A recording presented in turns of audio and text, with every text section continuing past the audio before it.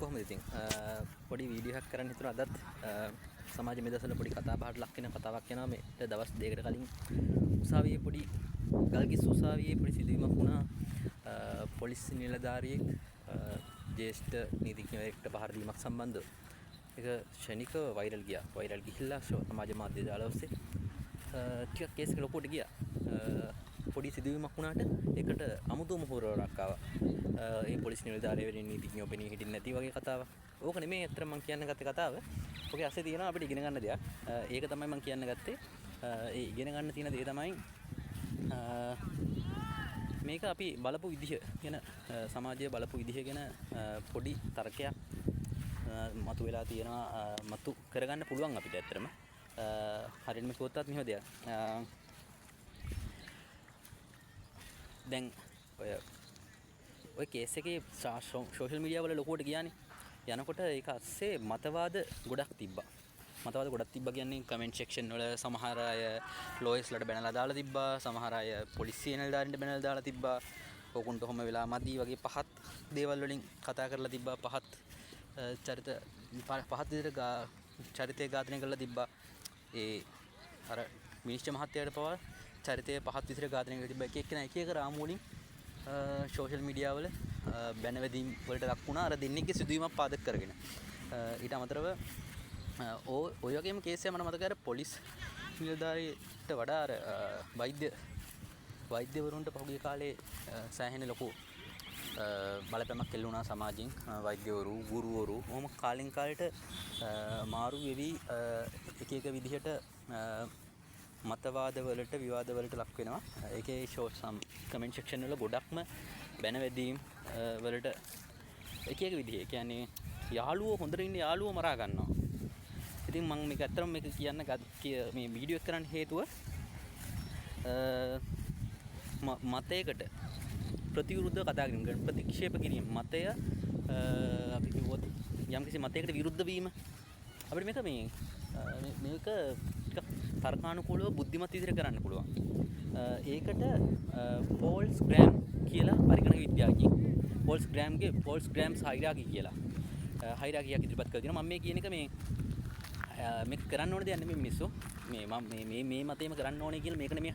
මේකයි හරිම මතය කියන එක නෙමෙයි. හැබැයි මතයකට විරුද්ධ වෙන එක හරිම පිරමීඩයකට දාලා මතයකට ප්‍රතිවිරුද්ධව අදහස් ඉදිරිපත් කිරීම පිරමීඩයකට දාලා පිරමීඩ රෑන්කින් 6කට කඩලා ඉදිරිපත් කරලා තියෙනවා මතය කොහොමද ප්‍රතිවිරුද්ධව හැසිරෙන්නේ කියන එක. ඒකෙදි මම ඔය පෝල්ස් ග්‍රෑම් හයිරාකි එක ගැන මම පොඩ්ඩක් එක්ස්ප්ලেইন කරන්න. ඒකේ මෙහෙම දෙයක්. අපි මතයකට විරුද්ධ වෙනවා කියන එක අපිට පුළුවන් ක්‍රම 6කට ඉදිරිපත් කරන්න. ඒකේ තියෙන පහත් මට්ටමේදී සාමාන්‍යයෙන් මතේ ඉදිරිපත් මතයට අපිට කියන්න පුළුවන් මේ මතය ඔයා දරනවා නම් ඔයා දේශද්‍රෝහියෙක් වගේ දෙයක්. දැන් අපි පහුගිය කතා බහෙත් ඔය වගේ දෙයක් දැක්කා. කුඩුකාරයන්ට විරුද්ධව කතා කරනකොටම ලෝයස්ලා දේශද්‍රෝහියෝ වගේ නිකන් කතා බහක් තිබ්බා. ඒතකොට ඒක පහත් විදිහේ මතයට විරුද්ධ වීම ඔය පළවෙනි ක්‍රමය. දෙවෙනි ක්‍රමය තමයි මතේ ඉදිරිපත් කරන කෙනාට ප්‍රහාර එල්ල කිරීම. මෙන්න මේ වගේ දෙයක් ඔය අහලා තියෙනවද බලන්නකෝ. දෙවෙනි ක්‍රමෙන් අපිට ඔයා මෙහෙම කියන්න ඔයා ආර්ථික විද්‍යාව ගැන කතා කරන්න කොහොමද ඔයා ආර්ට් කරලා O level එකක් කරලා නැහනේ. වගේ අර පහත් විදියට පුද්ගලයාට පහර දෙන්න පුළුවන්. එහෙම එකකුත් තියෙනවා. කියන්නේ ඔයා තවත් මම උදාහරණයක් ගත්තොත් ඔයා කොහොමද මේක කතා කරන්නේ? ඔයා මුඩුක්කුවෙන් හිටියේ වගේ දෙයක්. අන්න එහෙම මුඩුක්කුවෙන් ඇවිල්ලා මෙතන ඇවිල්ලා කතා කරනවා. නැත්නම් හොරෝපතාණෙන් ඇවිල්ලා මන්නේ මෙතන කතා කරනවා වගේ. ඔයාගේ ගම කොහෙද? වගේ නිකන් අර පහත් විදිහේ දේවල්. ඔය කියන සෝෂල් මීඩියා මේකෙදිත් ඔය වගේ දෙයකින් මේ වුණා. මේක වැරදීම කියනවා කියලා නෙමෙයි මං කියන්නේ. උනට ඒක පහත් විදිහේ තර්ක බිඳ දැමීමේ ක්‍රමයක් විදිහට තමයි ග්‍රෑම්ස් පෝල්ස් හයිරාකියේ දක්වන විදිහට තියෙන්නේ. ඒතර මම දෙකක් කිව්වා. තුන්වෙනි එක තමයි ඊළඟ එකේදී අපිට මෙන්න මේ විදිහට මතයට විරුද්ධ වෙනවා. කියන්නේ බලන්න ඔයා මේක දේශසහගතව ප්‍රකාශ කරේ. මට මේ ඔයාගේ මතය හරි වුණත් මට මේකට ඉතිපත් එකඟ වෙන්න බෑ. ඔයා මේක දේශසහගතව කියන්නේ. ඔයා බලන්න ඔයා කියන විදිහ හැටි විතර හරිම තරහින් කියන්නේ. ඒකින්ද මට ඔයාගේ මතය හරි වුණත් මේකට ඉදිරිපත් කරන්න බෑ. ඔය තුන්වෙනි එක. ඊළඟට තව විදිහක් තියෙනවා. මේකත් පහත් ක්‍රම වේදයක්. ඒක තමයි ඔයාලට පුළුවන් අපිට පුළුවන් කියන්න මෙන්න මේ වගේ දෙයක්. ඔයා කොහොමද මේ ඔයා කොහොම කිව්වත් මම මේකට විරුද්ධයි. ඒ කියන්නේ කිසිම හේතු දැක්වීමකින් තොරව මතයට විරුද්ධයක් දක්වන්න පුළුවන්. ඒ කියන්නේ අපි කිව්වොත්ත් මොන හරි මතයක් ඉදිරිපත් කරාන් පස්සේ මට ඔයාගේ තර්ක වැඩක් නැහැ. මම මේ මතයට විරුද්ධයි. කිසිම හේතුවක් තර්කයක් නැතුව මතයට විරුද්ධ වෙන්න පුළුවන්. ඕක එක්තරා තව ක්‍රමවේදයක්. හරිද? ඔය වගේම ඊළඟට තියෙනවා ප්‍රතිතර්ක නැංවීම කියලා එකක්. අවසාන ප්‍රතිතර්ක නැංවීමේදී අපිට පුළුවන් වාදයට ප්‍රතිතර්ක නංවන්න. කියන කවුරු හරි අපිට වාදයක් ඉදිරිපත් කරොත්වත් ශ්‍රී ලංකාවේ මොන හරි අපි හිතන්නකෝ ගස්වැල් වල මේ ගස් පරිසර විනාශ වීම කියලා. පරිසරය විනාශ වීමට මේ සම්බන්ධ මොන හරි තර්කයකදී මොන හරි අපිට ඒකේ තියෙන මේ පොයින්ට්ස් අරගෙන පොයින්ට් වලට අපිට ප්‍රතිතර්ක නංවන්න පුළුවන්. ඔයා කොහොමද කියන්නේ? මෙන්න මෙහෙම දෙයක්. නිකන් හිතන්න මේ x කියලා පනතක් ගේනවා. මෙන්න මේ පනත හින්දා බලන්න 120කින් වනාන්තර විනාශ වෙන එක නතර වෙලා තියෙනවා. වගේ දෙයක් කියන්නේ යම් කිසි පනතක් හින්දා ඒ කියන්නේ අර ප්‍රතිතර්කයක් නංවන්න පුළුවන්. ඔකත් හොඳ විදිහේ තර්ක කඩන්න පුළුවන් ක්‍රමවේදයක්. අනිත් එක තමයි තව ක්‍රමයක් තමයි අපිට පුළුවන් ඕනේ නම් මේ විදිහට තර්ක නංවන්න. තර්කයේ කියන එක තර්කයේ කොටස් වශයෙන් තර්ක වලට කඩන්න. තර්කයේ ඉදිරිපත් කරන කෙනාගේ කෑලි කෑලි ගෙනල්ලා. කෑලි කෑලි තර්කයේ ඉදිරිපත් කොටස් වලට කඩලා ඔයා කිව්වේ මෙන්න මේ වගන්තිය වැරදි. මේක මේ ඔයා මට ඉදිරිපත් කරේ වගන්තිය මෙන්න මේක ඇත්තටම මෙහෙම නෙමෙයි. මේක වැරදි හින්දා ඔයාගේ තර්කයේ වැරදි වෙන්න පුළුවන්. ඔයා කිව්ව පස්වෙනි පොයින්ට් එක මෙන්න මේ වගේ පොයින්ට් එකක්. ඔයාගේ කතාවේ 6 වෙනියට කියපු කරුණ අනුව ඔයා මේක වැරදි. මේ අහවල් වාර්තාවේ මෙන්න මේ විදිහට තියෙනවා. වගේ දෙයක් ඉදිරිපත් කරලා පොදුවේ අපිට කඩන්න පුළුවන් තර්කය.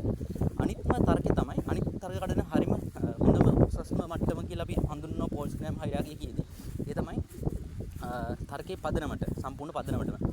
ඔයා මොනවා හරි තර්කයක් ඉදිරිපත් කරනකොට එයාට කියන්න පුළුවන් ඔයා තර්කය ඉදිරිපත් කරන්නේ මිනිස්සු ඔක්කොම තාර්කිකයි කියලා හිතලා. එහෙම තාර්කික මිනිස්සු තාර්කිකව හිතනවා කියලා අපිට කියන්න බෑ හැම මිනිහෙම තාර්කිකව හිතනවා කියලා. ඒකින්ද ඔයාගේ පදනමම වැරදි. පදනම වැරදිින්ද මට ඔයාගේ මතයට විරුද්ධ එකඟ වෙන්න බෑ. වගේ දෙයකින් අපිට මතයට විරුද්ධ වෙන්න පුළුවන්. ඔන්න ඕක තමයි පෝල්ස්ග්‍රෑම් හයිරාකි කියලා කියන්නේ. මතයකට විරුද්ධව කතා කරන එක. එතකොට මේ හැබැයි මේක 100%ම මේක ඇත්ත ජීවිතේදී කරගෙන යන්න අමාරුයි. කියන්නේ 100%ම මේ පෝල්ස්ග්‍රෑම් හයිරාකියකට අනුව ජීවත් වෙනවා කියන එක කරන්න බැරි දෙයක්. කරන්න බෑ. ඉතින් එහෙම අපිට අවස්ථානුකූලව ඒක විදිහට හැසිරෙන්න වෙනවා. හැබැයි අපිට මේක දැනගෙන ඉන්න එකෙන් පොඩි පොඩි දේවල් ටිකක් අපිට වෙනස් කරගන්න පුළුවන්. මේ දැනගෙන ඉන්න එකෙන් අපිට පුළුවන් පොඩ්ඩක් මතයකට පොඩ්ඩක් ප්‍රතිචාර දක්වනකොට මිනිස්සුන්ට අපහසුතාවයටපත් නොවන විදිහට යම්කිසි ලෙවල් එකකින් තර්කයක් ඉදිරිපත් කරන්න ටිකක් විද්වත් විදියට. අර පහුගිය ওই සිදුවීමේදීත් අපි වැඩි දැක්කේ නැහැ විද්වත් සංවාද විද්වත් කතා කියන දේ තර්ක කියන එක අපි දැක්කේ නැහැ. හරිම ඒ අවස්ථානුකූල සිදු වුණාද කොමක් සා සිදු වුණාද කියලා. හැබැයි ඒ තර්කයේ කෙසේ වෙතත් ඒකෙන් පසුව ඇති වුණු සමාජ මාධ්‍ය රැල්ල මාර විදිහට ගියා. ඇත්තට මට ඕකෙදි තව කතාවක් කියන්න ඕනේ. මිනිස්සු මේ පොදු ජනතාව මේක බලන විදිහ, ඒ කියන්නේ ඇත්තට මේක බලන විදිහට වඩා සමාජ මාධ්‍ය තුල මේක පෙන්වන විදිහ අනුව මේකට විවිධාකාර ආරෝපණ එනවා. උදාහරණයක් විදිහට මේකට මට දැන් මතක නැහැ මේකට ගේම් එකකුත් තියෙනවා සයිකොලොජිකල් ගේම් එකක්. මේ ගේම් එකෙන් කියන්නේ මම ඒකදී අර කියන්න ගියේ මට මේ ගේම් එක ඇත්තට මට මතක නැහැ. මේකේ තියෙනවා මේ මාධ්‍ය වාර්තාකරණය. කියන්නේ මාධ්‍යයට පුළුවන් මිනිස්සුන්ගේ සමාජයක මතය සම්මත මතය වෙනස් කරන්න. කියන්නේ හිතන පතන විදිය මිනිස්සු හිතන පදන විදිහ මාධ්‍යයට වෙනස් කිරීමේ හැකියාවක් තියෙනවා. මෙන්න මෙහෙම දෙයක් හිතන්නකෝ මේ මිනිස්සු සමාජයේ කොටු මිනිස්සු රවුම් මිනිස්සු. මම කියන්නකෝ මුස්ලිම් සිංහල දෙමළ කියලා කියන්නේ නැතුව කොටු මිනිස්සු රවුම් මිනිස්සු ත්‍රිකෝණ මිනිස්සු වගේ ඉන්නවා කියලා. සමාජයේ එක එක જાති මිනිස්සු ඉන්නවා, මුතු මිනිස්සු ඉන්නවා, නෝමල් මිනිස්සු, ආදරවන්තයෝ ඉන්නවා. හරිම සාමකාමීව ප්‍රවෘත්තියක් නැති තාක්කල් සාමකාමීව මිනිස්සු හැසිරෙනවා. හැබැයි ඊට පස්සේ අපි යම්කිසි ප්‍රවෘත්තියක් මවලා අපිට පෙන්වන්න පුළුවන් නම් මාධ්‍ය වාර්තාකරණයේදී උමුතු පුද්ගලෙක් කියලා හිතන්නකෝ ඉන්නවා සමාජයේ උමුතු පුද්ගලෙක්. නැත්නම් අපි දන්න මුස්ලිම් වෙලා ඉන්න උමුතු පුද්ගලෙක් ඉන්නවා. එයා සාමාන්‍යයෙන් රෝගී පුද්ගලෙක්. එයා හැමෝටම කෑග් ගහ යනවා.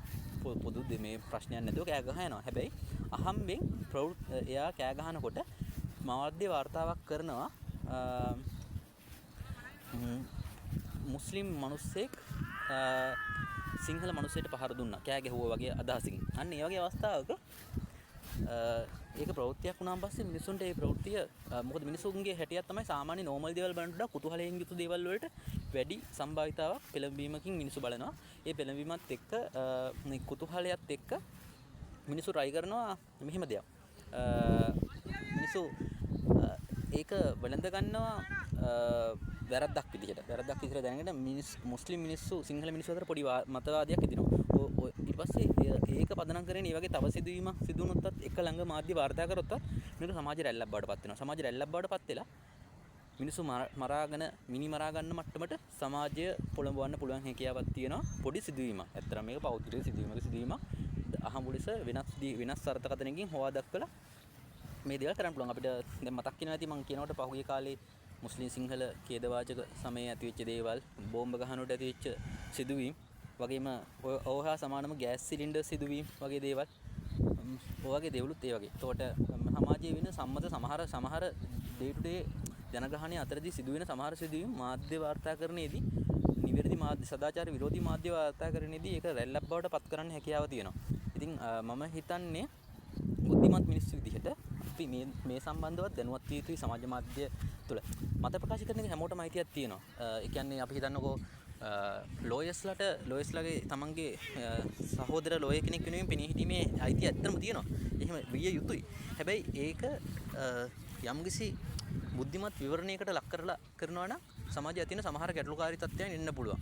කෝච්චියකට මොන හරි කාට හරි ඉන්ටර්ඩික් කරොත් ඒ පුද්ගලයාගේ වැරද්ද පදනම් කරගෙන මුළු දුම්රිය දෙපාර්තමේන්තුවම බස් නැත්තම් CTB එක ඉලෙක්ට්‍රිසිටි බෝඩ් එක වගේ හැම ආයතනයක්ම යූනියන් එකතු වෙලා මේක